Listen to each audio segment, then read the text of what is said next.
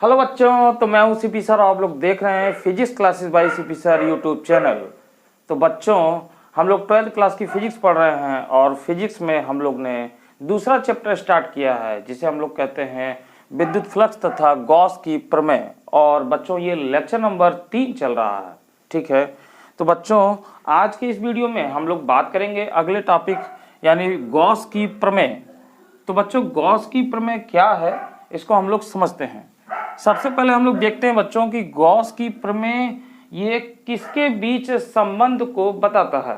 ठीक है, तो बच्चों अगर कोई पृष्ठ है काल्पनिक, कोई पृष्ठ है बंद पृष्ठ है इस तरीके से, तो बच्चों ये जो है काल्पनिक पृष्ठ होता है और ये बंद पृष्ठ है जिसको हम लोग गॉसियन पृष्ठ कहते हैं। यानी यह जो है वो काल्पनिक बंद पृष्ठ है और इसी को हम लोग जो है कह रहे हैं गॉसियन पृष्ठ। तो बच्चों, अगर कोई बंद काल्पनिक पृष्ठ है और इस पृष्ठ द्वारा परिबद्ध कुल आवेश नेट है, परिबद्ध मतलब इस पृष्ठ द्वारा घिरा हुआ कुल आवेश अगर Q है, तो बच्चों जो है कि इस पृष्ठ से गुजरने वाला जो वैद्युत फ्लक्स होता है यानी जो फाई ई होता है, वह इस कुल आवेश का यानी इस पृष्ठ द्वारा परिबद्ध यानी घिरा हुआ कुल आवेश का जो है एप्सिलॉन नॉट गुना होता है। ठीक बच्चों, जो है Q का Q पूरे आवेश का 1/एप्सिलॉन नॉट गुना होता है यानी Q इंटू 1/एप्सिलॉन नॉट। तो ये हो जाएगा फाई ई बराबर Q/एप्सिलॉन नॉट। तो इसी को हम लोग गॉस की प्रमेय कहते हैं। ठीक बच्चों, तो सबसे पहले ये संबंध किस में बता रहा है इस चीज को हम लोग नोट कर लेते हैं। तो इतनी बात आपको समझ में आ गई होगी इसको किस तरीके से हम लोग डिफाइन करने वाले हैं। चलिए, तो इसके बारे में पहले लिख लेते हैं 2 लाइनें कि गॉस की प्रमेय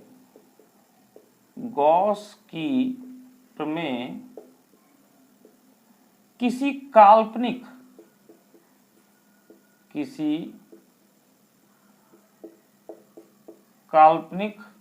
बंद पृष्ठ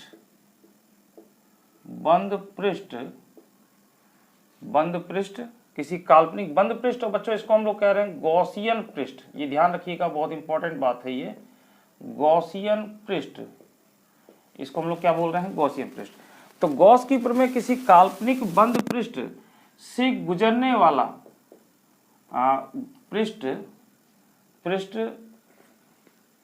किसी काल्पनिक बंद पृष्ठ गॉसियन पृष्ठ से परिबद्ध कुल आवेश।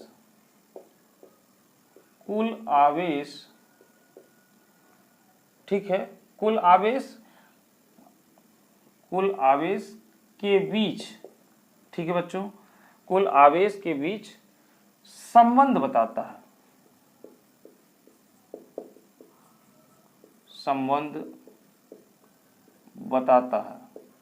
यहाँ जो परिबद्ध है इसका मतलब होता है घिरा हुआ, यानी इससे कुल घिरा हुआ आवेश के बीच में ये एक संबंध बताता है। तो इसके अनुसार क्या हो जाएगा बच्चों? इसके अनुसार तो डैश देके हम लोग लिख सकते हैं किसी बंद पृष्ठ,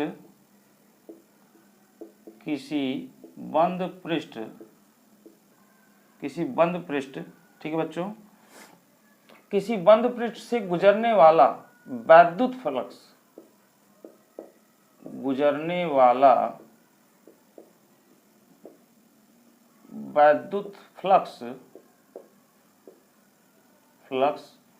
उस पृष्ठ से परिबद्ध, ठीक है, परिबद्ध माने घिरा हुआ, उस पृष्ठ से परिबद्ध कुल आवेश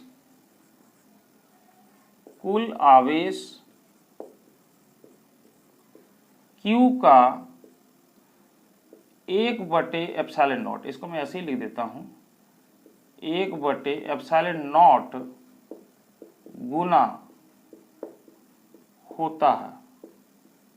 ठीक है बच्चों, तो ये आपकी गॉस की प्रमेय कहलाती है। किसी बंद पृष्ठ से गुजरने वाला वैद्युत फ्लक्स उस पृष्ठ से परिबद्ध कुल आवेश Q का 1/ε0 गुना होता है, 1/ε0 गुना होता है। ठीक है बच्चों, तो ये हमारी गॉस की प्रमेय कहलाती है। यानी ये किसमें बता रहा है, गॉस की प्रमेय जो है काल्पनिक बंद पृष्ठ से परिबद्ध कुल आवेश के बीच संबंध बताता है। ठीक है बच्चों, तो ये इसका आपका डिफिनीशन हो गया। ठीक है, हाँ तो बच्चों अब यहाँ पर देखिए हम कर सकते हैं थोड़ा बच्चों इसको और सही कर ले सकते हैं। गॉस की प्रमेय किसी काल्पनिक बंद पृष्ठ गॉसियन पृष्ठ से परिबद्ध कुल आवेश तथा पृष्ठ से गुजरने वाला फ्लक्स, पृष्ठ से गुजरने वाला फ्लक्स, गुजरने वाला फ्लक्स के बीच संबंध होता। अब ज्यादा सही हो गया बच्चों, यानी संबंध हमारे किसके बीच में है, फ्लक्स में और उससे परिबद्ध आवेश के बीच में। गॉस की प्रमेय किसी काल्पनिक बंद पृष्ठ गॉसियन पृष्ठ से परिबद्ध कुल आवेश, ठीक है, तथा पृष्ठ से गुजरने वाले फ्लक्स के बीच संबंध बताता है। और ये हमने लिखा है किसी बंद पृष्ठ से गुजरने वाला वैद्युत फ्लक्स उस पृष्ठ से परिबद्ध कुल आवेश, यानी उस पृष्ठ द्वारा घिरे हुए कुल आवेश का 1/ε0 गुना होता है।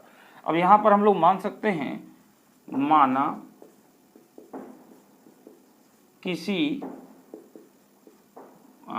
बंद पृष्ठ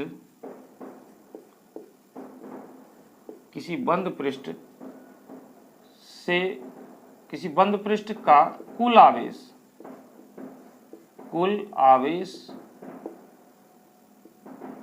Q है, ठीक है, Q है, तो इससे गुजरने वाला फ्लक्स, इससे गुजरने वाला किसी बंद पृष्ठ का कुल आवेश Q है, और इसका क्षेत्रफल भी लिख ले बच्चों, ज्यादा अच्छा होगा और सही हो जाएगा ये। तथा पृष्ठ का क्षेत्रफल A, तब पृष्ठ से गुजरने वाला वैद्युत फ्लक्स, तो बच्चों ये क्या हो जाएगा, फाई E बराबर Q इंटू 1/ε0, या इसी को हम लोग ऐसे लिखें, फाई E बराबर Q/ε0। ठीक है बच्चों, अब बच्चों ये तो गॉस की प्रमेय से आता है। अब यहाँ पर हम ये भी जानते हैं, परंतु पृष्ठ A द्वारा संपूर्ण वैद्युत फ्लक्स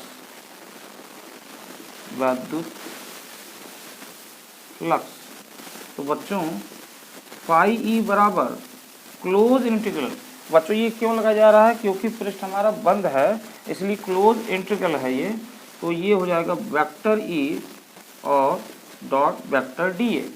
तो बच्चों यानी ये हमारा पृष्ठ A से गुजरने वाला वैद्युत फ्लक्स है, संपूर्ण फ्लक्स है। तो यहाँ पर देखिए जब इसका हम समाकलन करेंगे तो जो dA है इसका क्षेत्रफल A हो जाएगा पूरा, ठीक है। तो और यहाँ पर जो सूक्ष्म क्षेत्रफल द्वारा जो वैद्युत फ्लक्स d फाई E होगा वो आपका फाई E हो जाएगा। तो ये हमारा हो गया। अब बच्चों देखिए इससे ये समीकरण अगर 1 है और ये समीकरण 2 है तो दोनों से क्या हो गए, बराबर हो गए। यानी हम कह सकते हैं कि फाई E बराबर और क्लोज इंटीग्रल आपका vector E dot vector dA बराबर, हम लोग इसको लिख सकते हैं, ये हो जाएगा इतना। तो बच्चों ये जो है गॉस की प्रमेय का समाकल रूप है ये, यानी इसका इंटीग्रल है ये, ठीक है। तो यह गॉस की प्रमेय का समाकल रूप है, तथा ये भी लिखें तथा एप्सिलॉन नॉट निर्वात की वैद्युतशीलता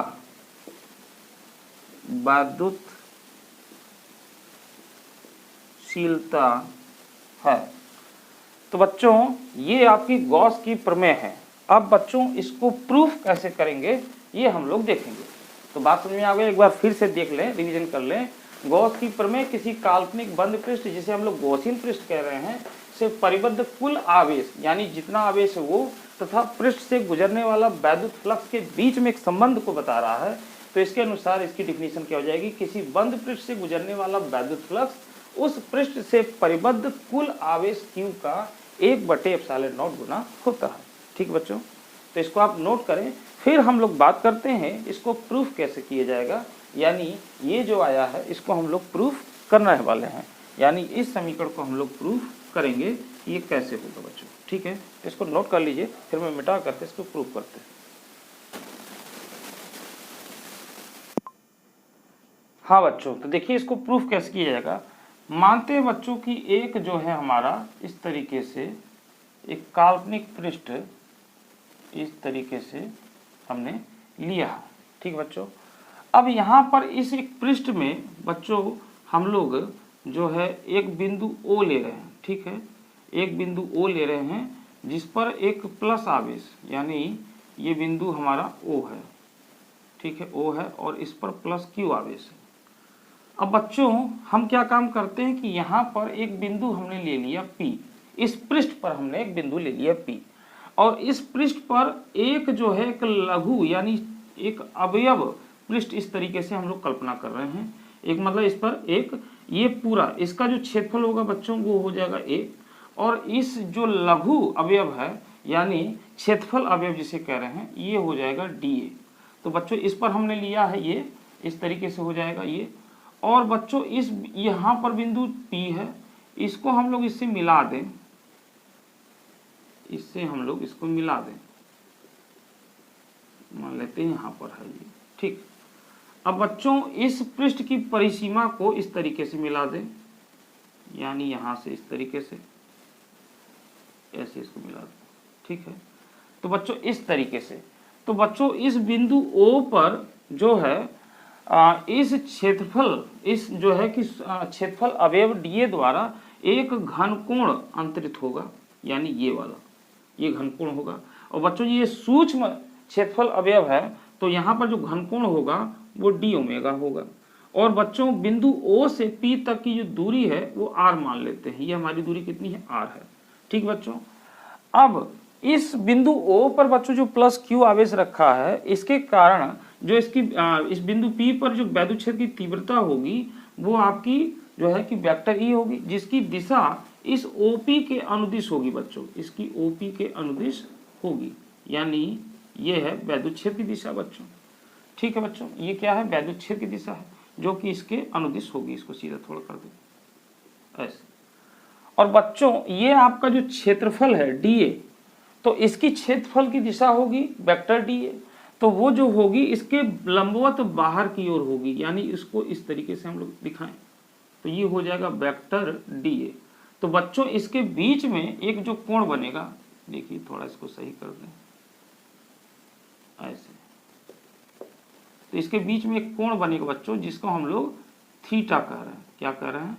थीटा, ये थीटा बनेगा बच्चों। तो बच्चों अब इसके बारे में लिखते हैं। ये तो बात हो गई, ये आपका एक बंद काल्पनिक पृष्ठ है, बंद काल्पनिक पृष्ठ। ठीक बच्चों, और ये इस पर बिंदु है। तो बच्चों लिखते हैं माना एक बंद काल्पनिक पृष्ठ जिसका क्षेत्रफल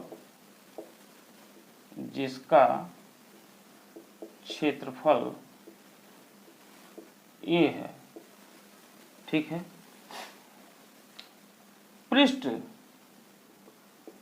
पृष्ठ पर एक बिंदु O है, एक बिंदु O है जिस पर प्लस Q आवेश उपस्थित है,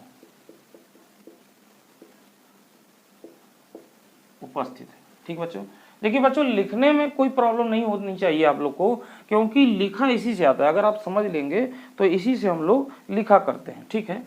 तो इस पर क्या है, प्लस Q आवेश है। अब लिखेंगे माना पृष्ठ पर एक बिंदु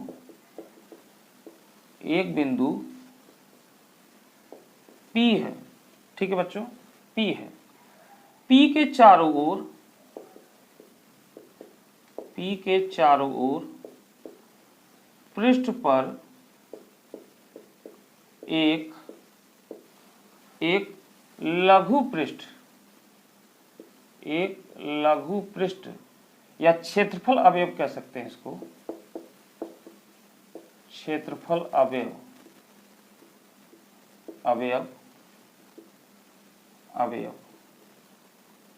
P के चारों ओर क्षेत्रफल अवयव DA है, ठीक है बच्चों,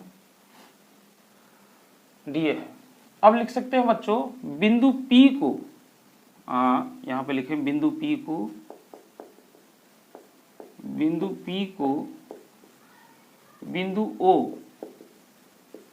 बिंदु O से मिलाने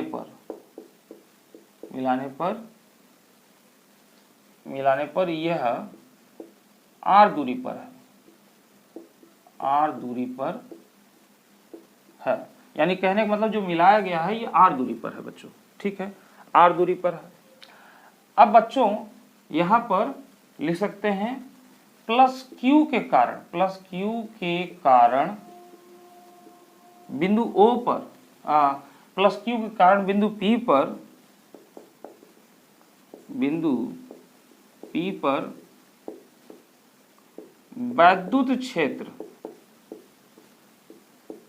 वैद्युत क्षेत्र की तीव्रता वेक्टर E जिसकी दिशा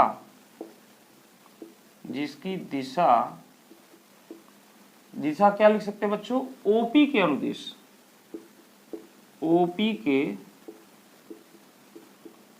अनुदिश है, ठीक है बच्चों, अनुदिश है, OP के अनुदिश है, तथा क्षेत्रफल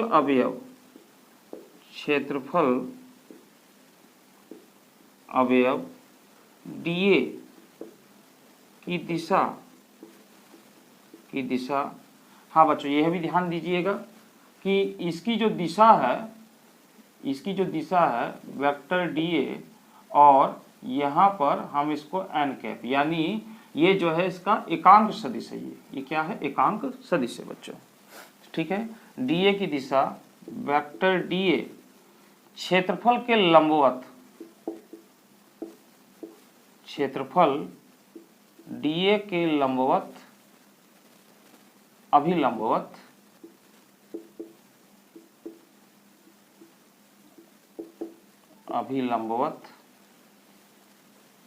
बाहर की ओर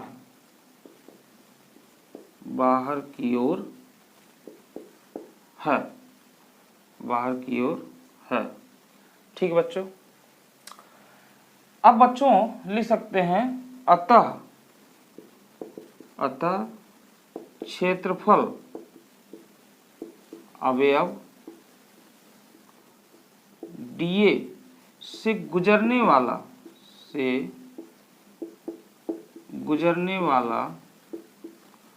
वैद्युत फ्लक्स,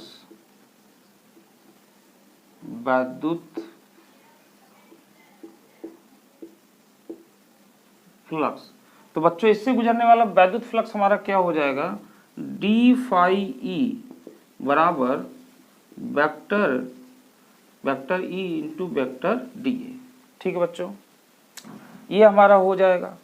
अब बच्चों यहाँ पर देखते हैं वेक्टर E और वेक्टर DA के बीच में कोण कितना, थीटा।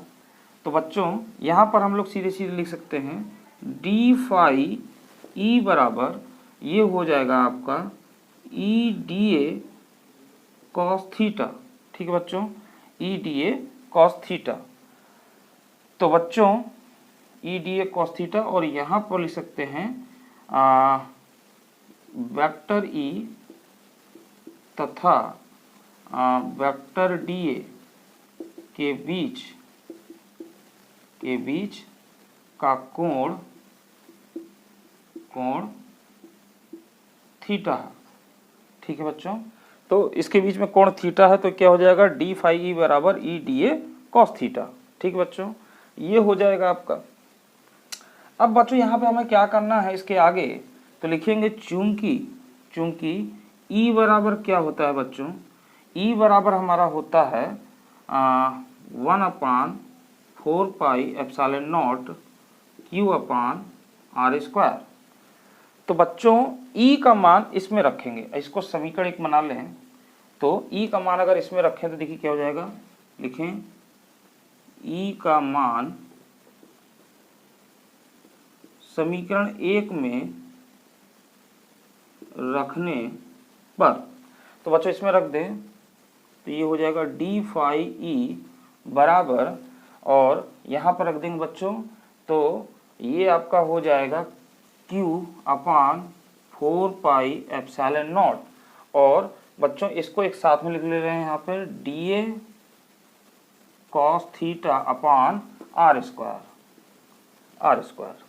ठीक बच्चों, तो बच्चों ये तो आपका इस क्षेत्रफल अवयव डीए के द्वारा गुजरने वाला वैद्युत फ्लक्स है, यानी केवल इस क्षेत्रफल अवयव के द्वारा गुजरने वाला वैद्युत फ्लक्स है। अगर इस संपूर्ण से निकाला जाए तो क्या हो जाएगा, संपूर्ण से निकाला जाएगा तो ये आपका जो है ये आपका डी फाई क्या हो जाएगा, ई हो जाएगा। तो यहाँ पर लिखते हैं मैं एक लाइन और लिख देता हूँ, संपूर्ण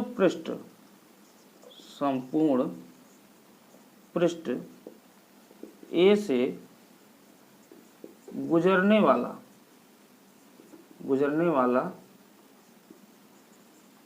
वैद्युत फ्लक्स।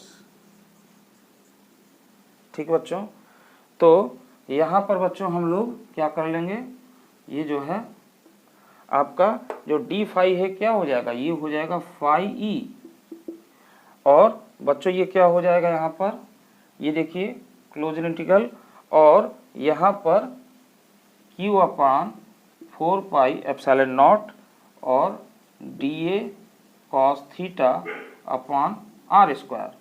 तो बच्चों इसको हम लोग बाहर निकाल लेंगे, Q upon 4 pi epsilon naught, और ये आपका हो जाएगा बच्चों D A cos theta upon R square. अब बच्चों यहाँ ध्यान दीजिए कि जो D A cos theta upon R square है ये क्या हो जाएगा बच्चों, यानी इस क्षेत्रफल द्वारा बिंदु O पर बना घनकोण है ये डी ओमेगा, यानी इस क्षेत्रफल द्वारा, यानी ये जो चीज है पूरा ये क्या है, इसके द्वारा बिंदु O पर बना घनकोण है, किसके द्वारा, क्षेत्रफल डी ए के द्वारा। तो यहाँ पर इसकी जगह पर हम लोग क्या लिख देंगे डी ओमेगा, तो ये हो जाएगा फाई ई बराबर Q upon 4 pi epsilon naught, और ये क्लोज इंटीग्रल, और ये हो जाएगा डी ओमेगा। बच्चों क्या हो जाएगा डी ओमेगा। तो यहाँ पे हम लोग लिख सकते हैं चूंकि D A cos theta upon R square क्षेत्रफल